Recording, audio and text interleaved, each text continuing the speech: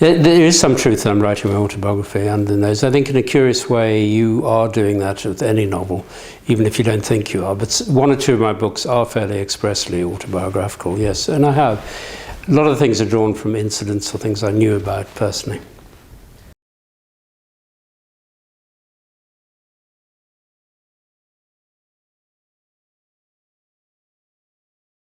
I don't think I'd ever said I don't want to be thought of as South African. I am obviously South African up to a point. It's just that I've lived here so long, it's sort of merged. So I wouldn't like to be thought of exclusively South African, is perhaps what I meant. I probably didn't say it that way. But basically, no, I don't mind. I sort of work both sides of the street. You know, if I'm there, I'm fabulously South African. And when I'm here, I sometimes downplay it a little.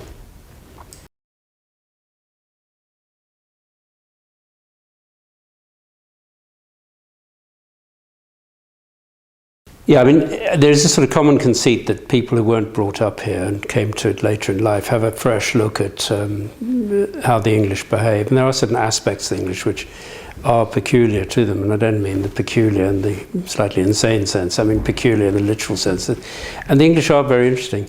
England's an interesting country because it's really quite a small country, but it's always punched well above its weight in many fields, and particularly in literature.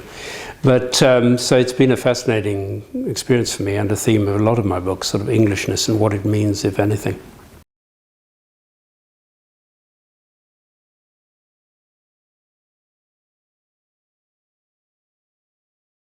One of the most difficult things in literature for a novelist is to have different voices convincingly, also to write about people who are not you or not like you and utterly different. And it is more difficult. Obviously, it's a lot easier. In this book, the sections with the main protagonist and his brother were very easy to write, particularly easy to write. But obviously, I have children of the right age, and I observe how they get on. But yeah, I think by and large, novelists are better at writing about somebody more like themselves. And the great novelists, some of the great novelists, can write other voices very convincingly, but not many of them in my experience.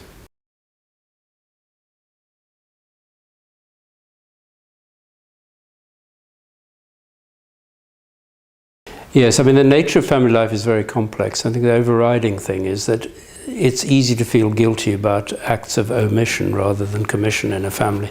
But the other intriguing thing about family is that we all know it exists, although in everybody's mind it's slightly different. And I don't think every member of the family, they expect something from family, but they don't necessarily contribute in the same measure. And that seems to be the nature of it. And there are, you know, it's a sort of classic that mothers are supposed to be able to induce guilt. It's part of their job in a way, is to make you feel guilty at times. I don't think it's anything unnatural about it.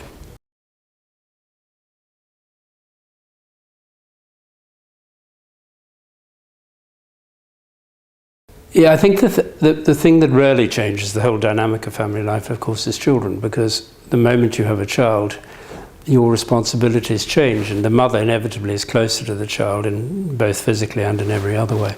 And so, in a sense, the balance of power changes in the family, and the mother tends to be the authority figure quite early on. And that, of course, can be quite difficult for men sometimes.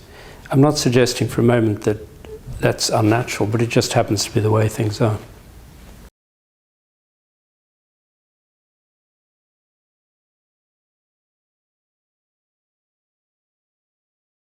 I don't actually. I think that things in the general sense are getting better and more interesting, certainly more interesting. I mean, you have to look at food, movies, television. I mean, television may be disparate, there may be some awful rubbish on it, but basically I'm of an optimistic nature in that regard. I think that in family life what happens is that you can be weighed down slightly by the sense of experience. You've seen it all before, and you can be slightly negative because you tend to warn your children unnecessarily, whereas in point of fact what your children should be doing is making their own mistakes. But yeah, I think that maybe David in the book is not really regarding modern life as going to hell. I think it was specifically where he worked in 24-hour news that he felt things had to some extent been trivialized.